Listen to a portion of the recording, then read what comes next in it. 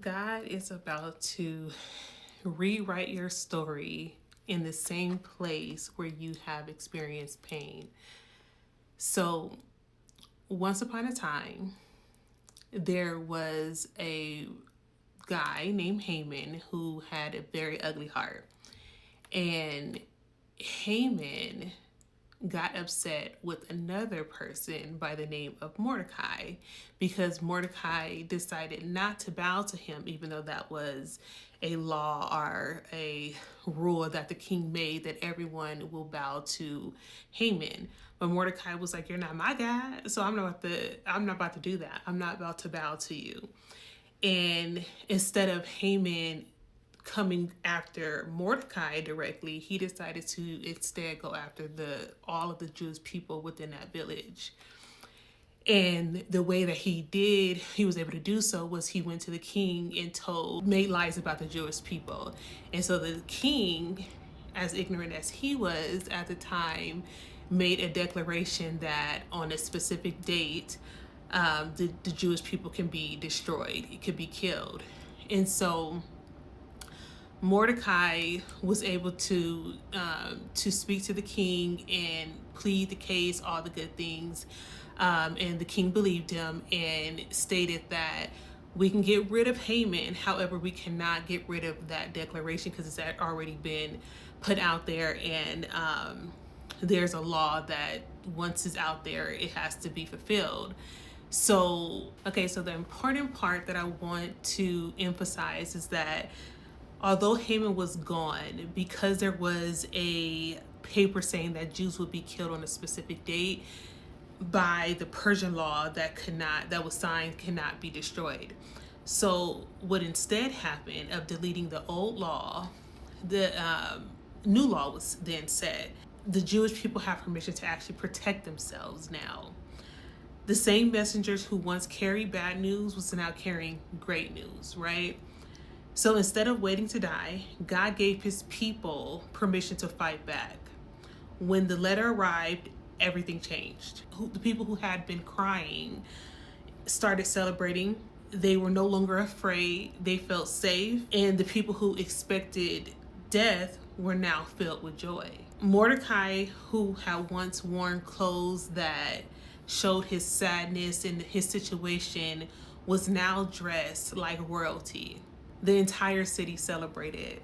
So imagine this. I'm going to say it in today's time, right? A situation that may sound similar to your own. So imagine you go to a doctor's office, right? And you have some testing done and you're there for your results. The doctor gives you a letter stating that you have cancer, right?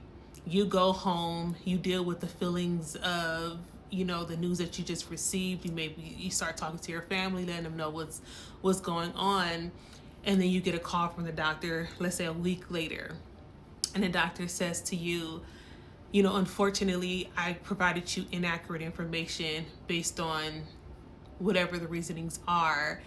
And I know I can't take that away, and I also can't take away your experience and what you felt after hearing that news.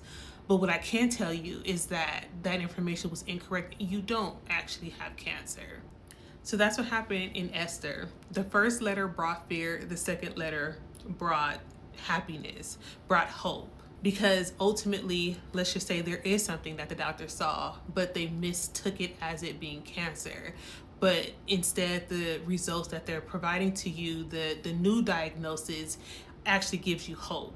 So the spiritual lesson behind this that I got from this was that I wrote down some notes, so forgive me for looking down.